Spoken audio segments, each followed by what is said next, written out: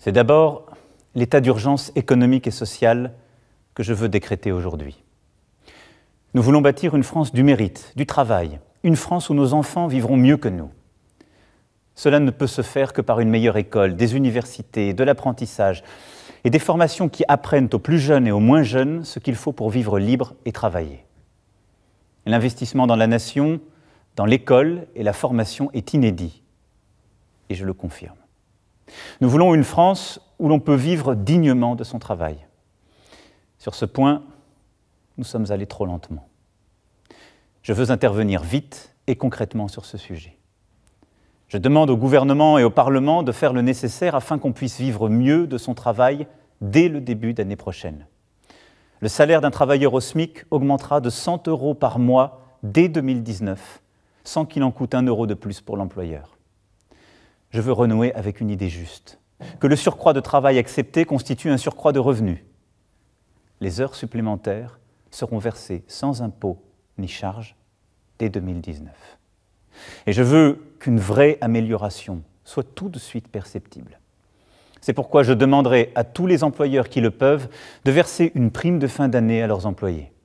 Et cette prime n'aura à acquitter ni impôt ni charge.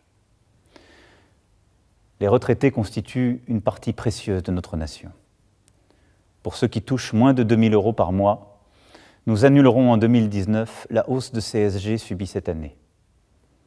L'effort qui leur a été demandé était trop important et il n'était pas juste. Dès demain, le Premier ministre présentera l'ensemble de ses décisions aux parlementaires. Mais nous ne devons pas nous arrêter là. J'ai besoin que nos grandes entreprises, nos concitoyens les plus fortunés, aident la nation à réussir. Je les réunirai et prendrai des décisions en ce sens dès cette semaine.